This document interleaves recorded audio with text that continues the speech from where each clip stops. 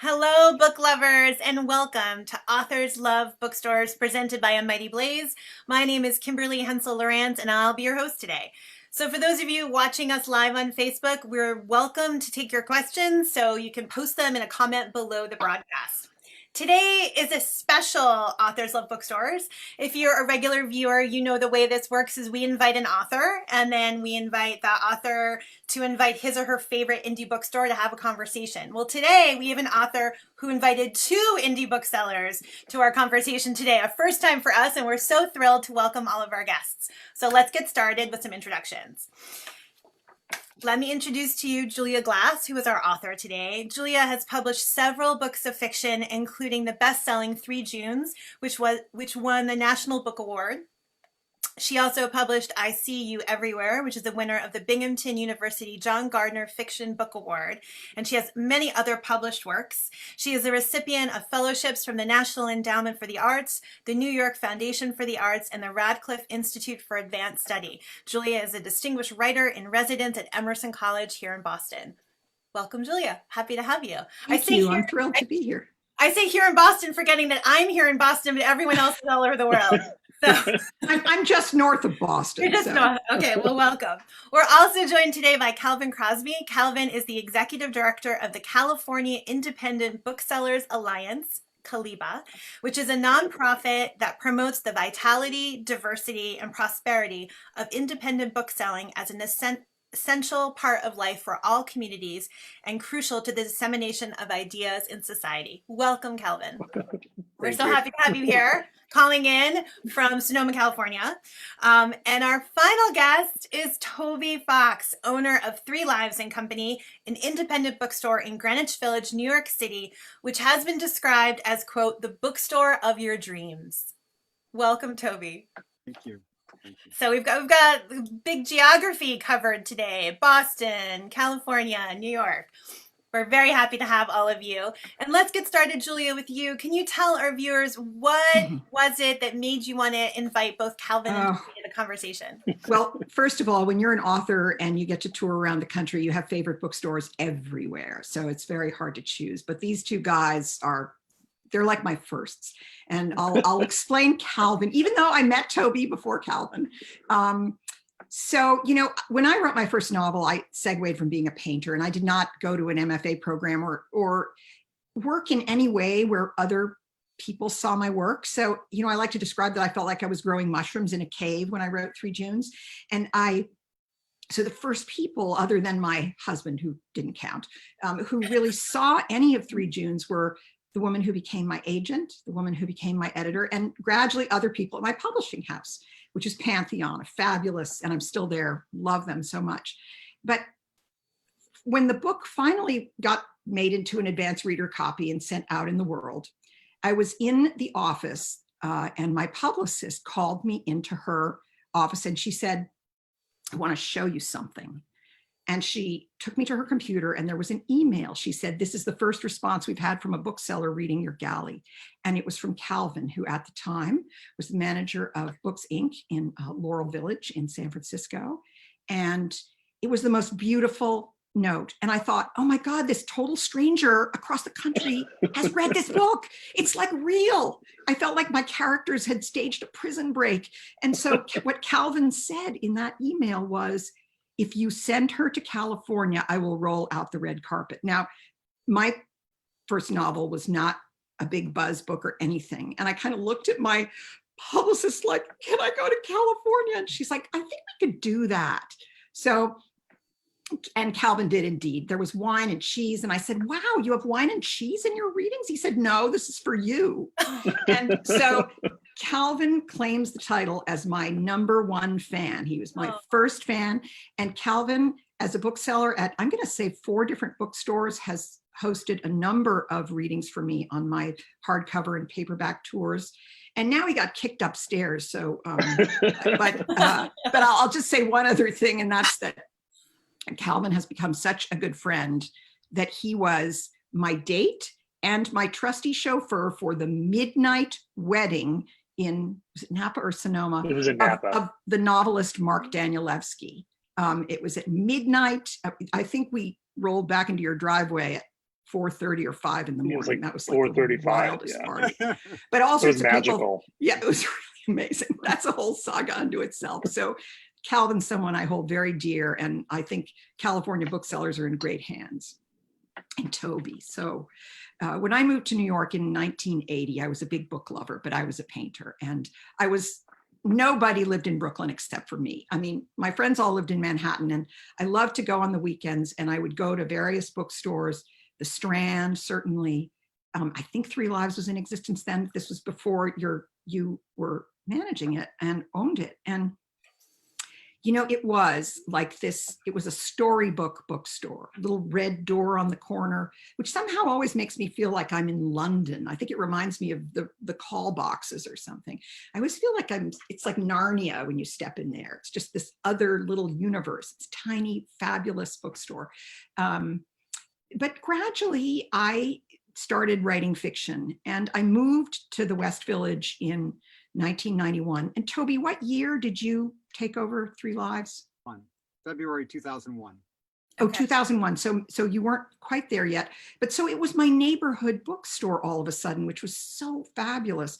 And then in 2002, Three Junes came out. And now, come to think of it, Toby, you started in 2001. I mean, 9/11 really hit our part of Lower Manhattan so hard. And my book came out in May of 2002. And I remember going in and giving you like a galley, because the publisher told me to do that, and saying, I have a book coming out. I mean, I had just been a customer, and you were very gracious. And then you actually offered to host a reading, and it's not easy to host a reading in your little store. And that was my very first reading. I remember my knees shook. Of course, the only people who came were my friends, but that was a really incredible day for me. And then it was also my bookstore through my having children, through so many important moments in my life. And then I won the National Book Award for this first novel. Nobody expected it. I had two small children. I think my sons were 6 and 18 months old. And you still have to live your life, right? And the day after, I was going to Gourmet Garage, the grocery store that was around the corner, maybe still is. And I had my son Oliver in the stroller and my son Alec walking along. And we weren't going to the bookstore, but we were walking down Waverly, I think. And I saw the window, and there was this little easel with a little card in the window, and calligraphied on that card was "Congratulations, Julia," with my book. And I stood there, and my older son saw me like crying. And he said, "Is that for you, Mom?" And I said, "Yes." And he said, "Are you famous?" I said, "Well, I'm kind of famous." And off we went to Gourmet Garage. But, one of the saddest things when we left New York in 2005 was that I can only visit Three Lives when I'm, visiting the city.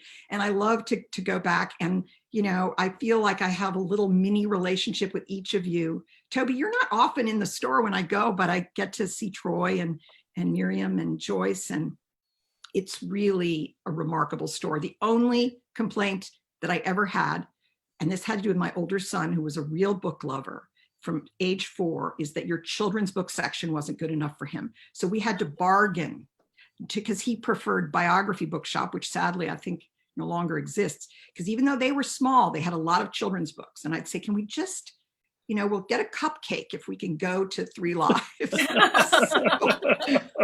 So anyway, to see both of you here on screen is just making my summer. So I'm very, very glad to see you're both well, glad to know books are selling, and thank you for coming.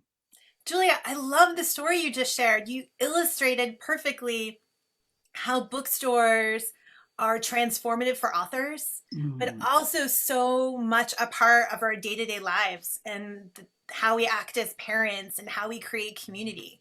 And the fact that you're still connected all of these years despite distance is really extraordinary.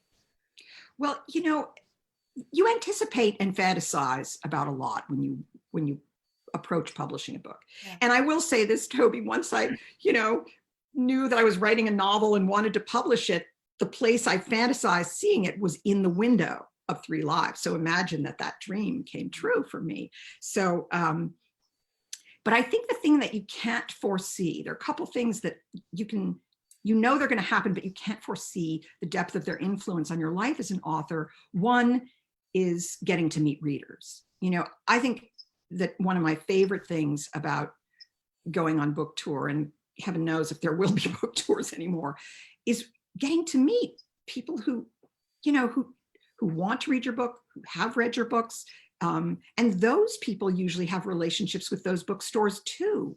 And, but then the booksellers, this expression that you hear, hand selling, was something I'd heard, but it didn't mean a whole lot to me until I got to know a lot of booksellers. And when I do go on tour, one thing I do is every store I go to, I say to the manager, that whoever's there, tell me some great books that I'm going to love, that I haven't heard of, that I have not read reviews of.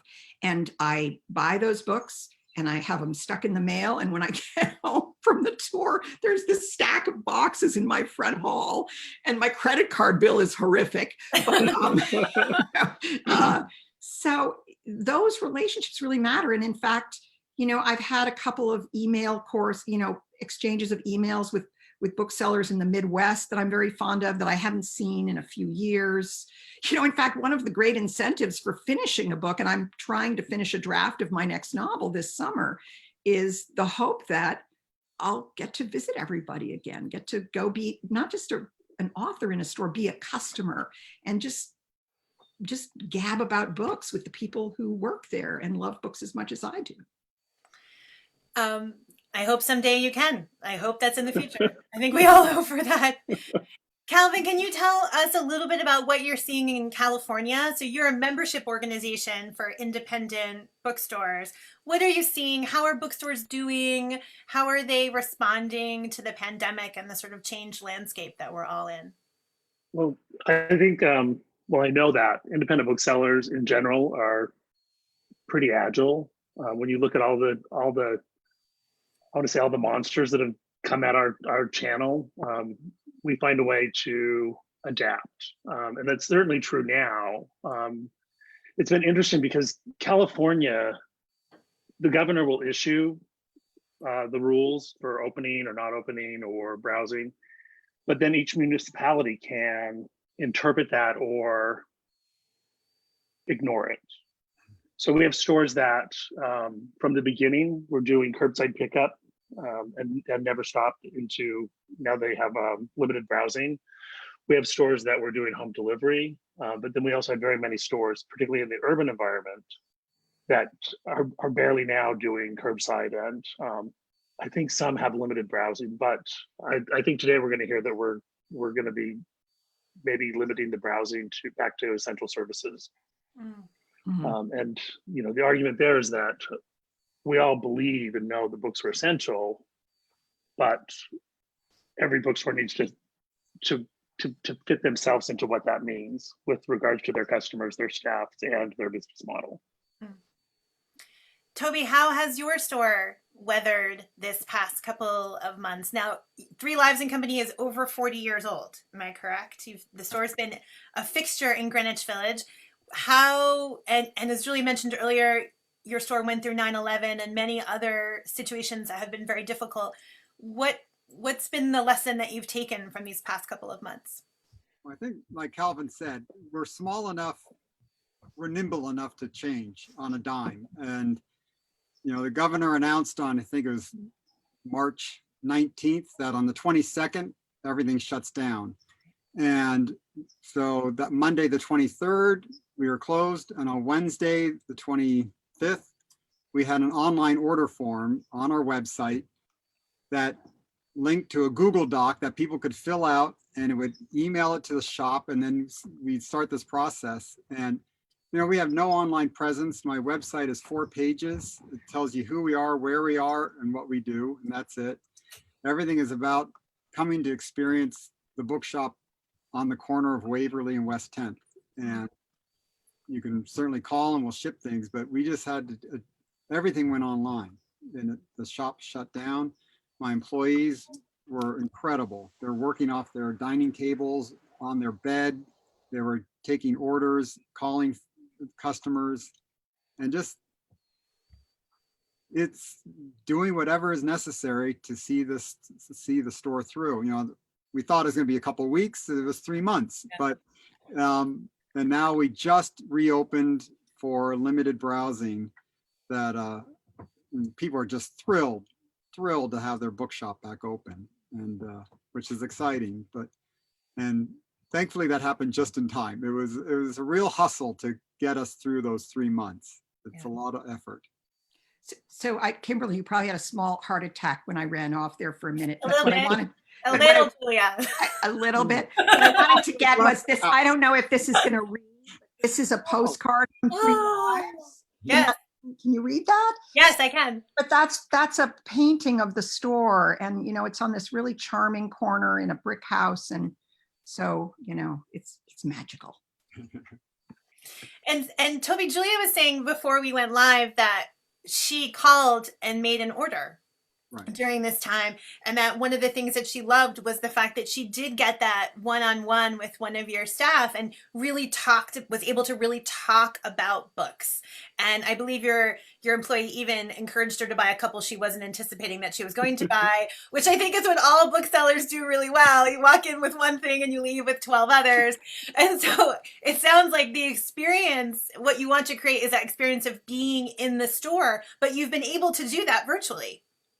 That was right, because we thought about several different methods of going, how do we go online? What does that even mean? I mean, we don't even have a POS, a point of sale system. I mean, we write down every title on a piece of paper, and then someone runs around the shop and does inventory.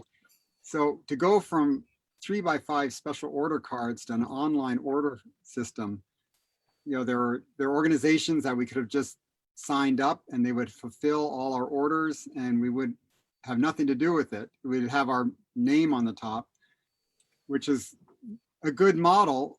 But again, thinking that we're in a limited scope and time, that I wanted to somehow replicate the experience of a customer crossing our threshold, wandering into our store, and either being left alone to browse away or coming over to the counter and putting their hand on the counter and say, what do I read next? And I wanted that to happen. And so when Julie places an order and it goes into the system, what happens is that then someone calls her to get the credit card information, and this whole conversation unfolds. Some are probably on and off very quickly, but I want, that is 3 Lives, that is our neighborhood, that's our community, and we were able to, I think, replicate that, even though we were all across, at our homes. Right. So one thing that our viewers always want to know is what you're reading, because booksellers and authors you always have your fingers on books that are fantastic, as Julia talked about, and her sort of challenge when she goes on her book tour to come home with all of these great books. And so can you give us a sense of what you've been reading these past couple months during the pandemic, whether it's been something that you found inspirational or challenging or something that you just want people to know about? Calvin, can we start with you? What have you been reading?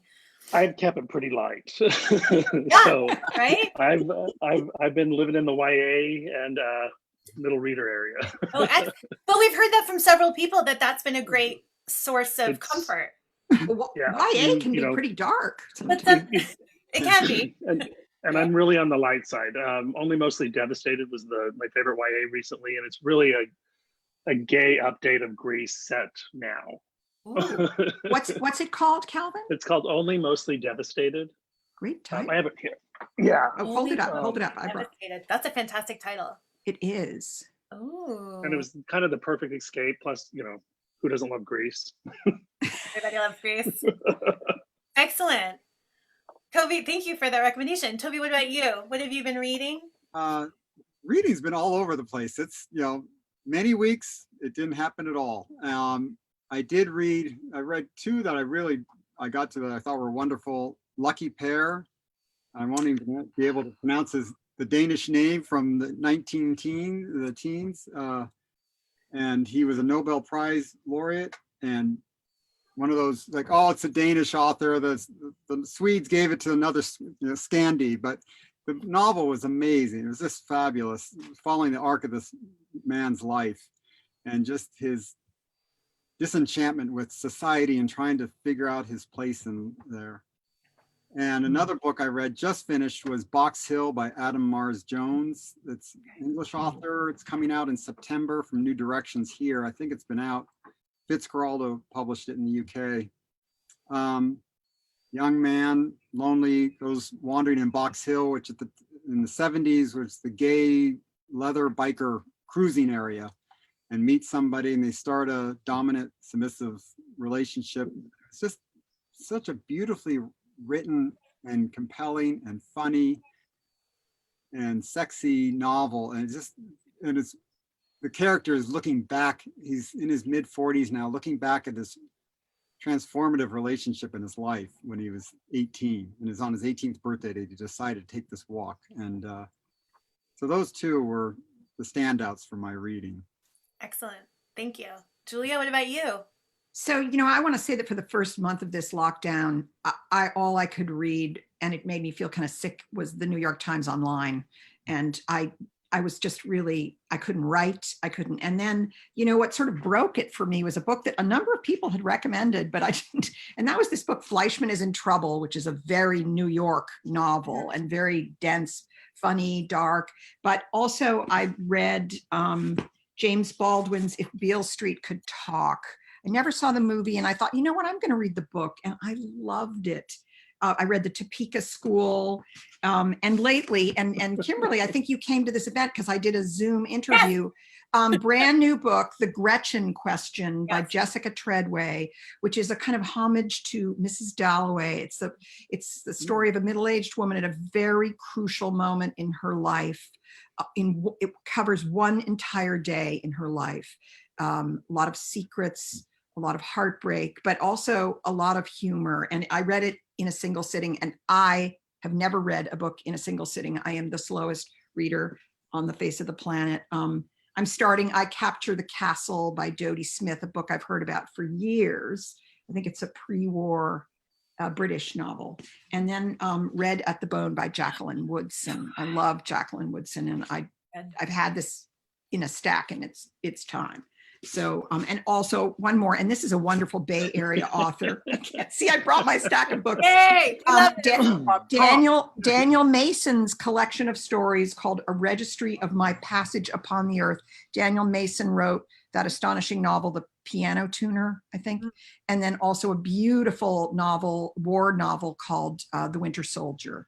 And he's one of those people you can't hate because he's so nice, but he's a practicing doctor as well as a very talented fiction writer.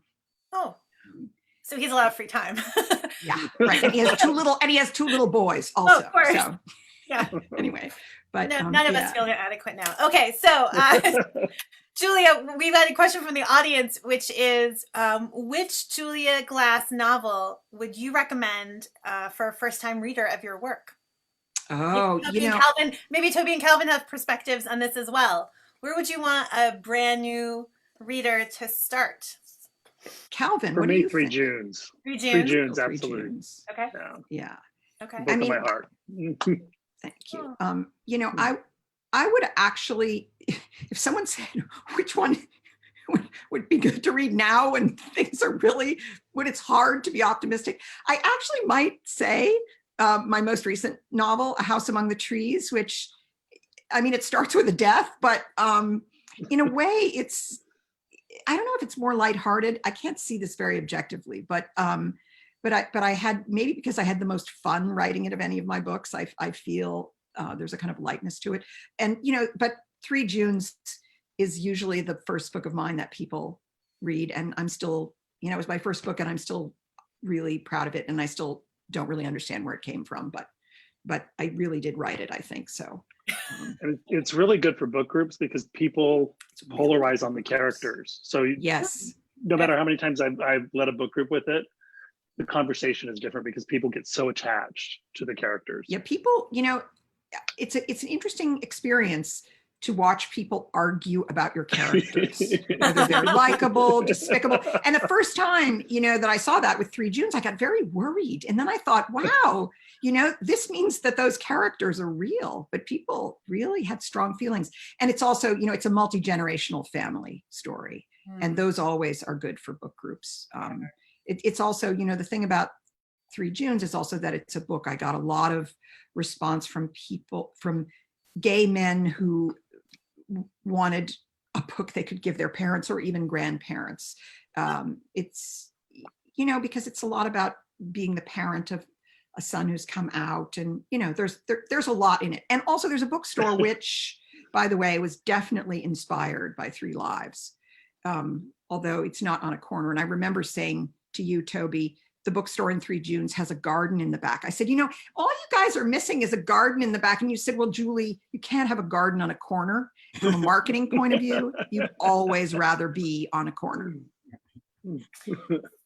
So Toby, one of the things that we've been doing in this Author Loves Bookstore series is we've been talking to a lot of bookstores that are brand new.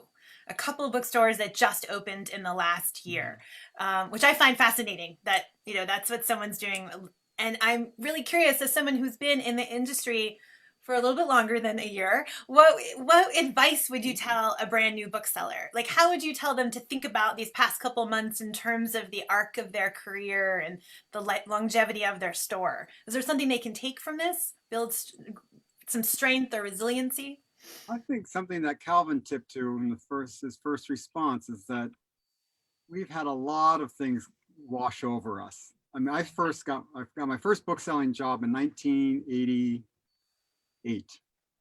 And there was no big box store. There was no internet, there was no e-readers, there was none of that. And slowly these things, I remember this was in Rhode Island. I was there for 10 years before I moved to New York. And we got calls from across the state because we were the bookstore in Providence. And slowly then the big box stores would rise up in the suburbs and they took over a lot. And then the late 90s, Amazon exploded. And then when I bought the store in 2001, the e-reader was just starting and people were like, oh my God, the book is dead. And then that cacophony just rose again louder and louder. And I guess what I'm saying is like, look long term. Yes, this is a very bleak time for business across the board. Bookstore, pharmacy, restaurant, you name it. Retail is having a heavy hit. But I think if you're nimble enough and we're small enough, we can do this. We can turn on a dime. We can, whatever we need to do, we can adapt that, I think. And it's not that it's not difficult, as the advent of the big box store or the advent of online ordering or the advent of the e-reader were also difficult. But if you maintain and sustain what your strength is, and that is the people in your shop, and letting them, I don't know, I could go on and on, I'm sorry.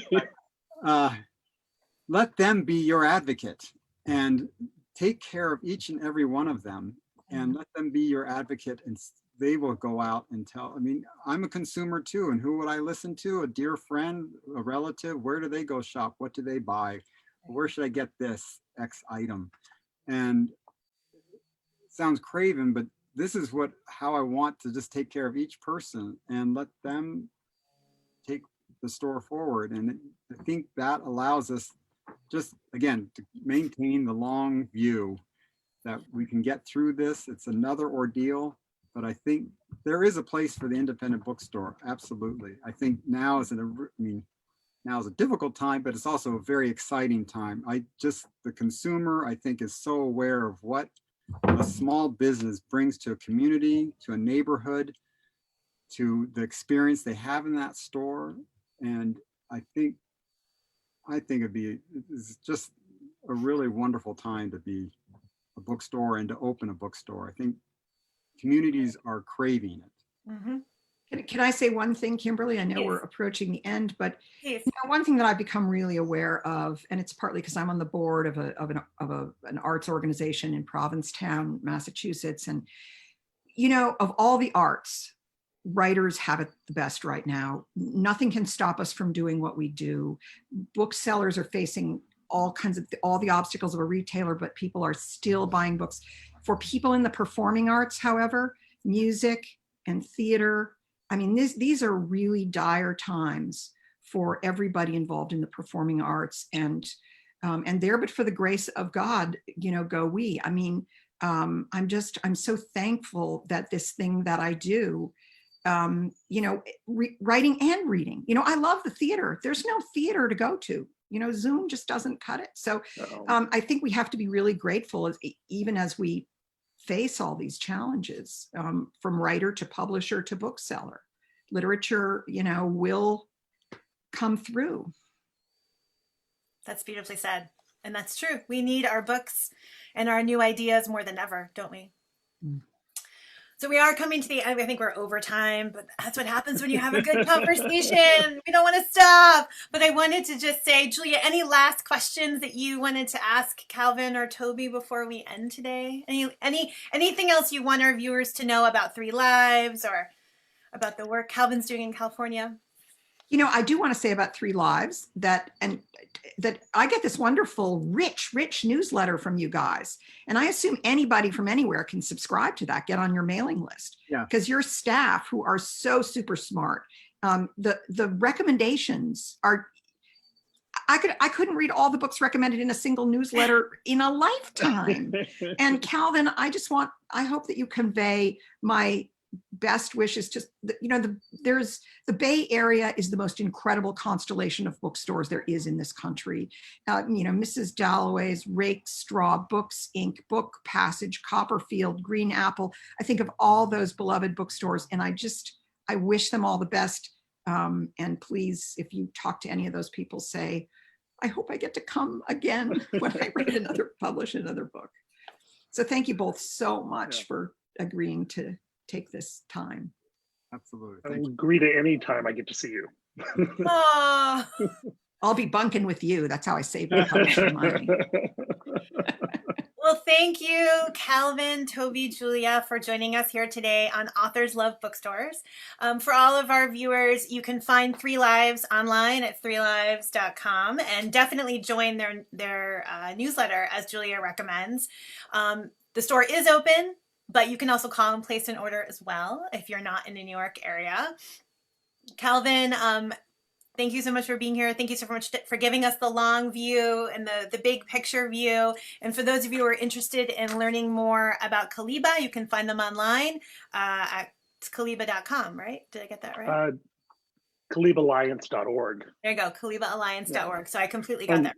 We also have links to all of our member stores. So if you're looking for a California bookstore, you can find them there. Yeah, this is a great time to explore independent bookstores across the country. Absolutely. We always want you to shop local, but you can also shop local somewhere else. Right. It's a great resource as well during this time. We're grateful for the three of you for spending time with us here on A Mighty Blaze. We're thankful for all of our viewers for being here as well. Join us next time for our next interview, which is actually 4 p.m. Eastern time today, back here on A Mighty Blaze. It's a double header. So more bookstores, more authors. Until then, be well and keep reading. Thank you. Thank you.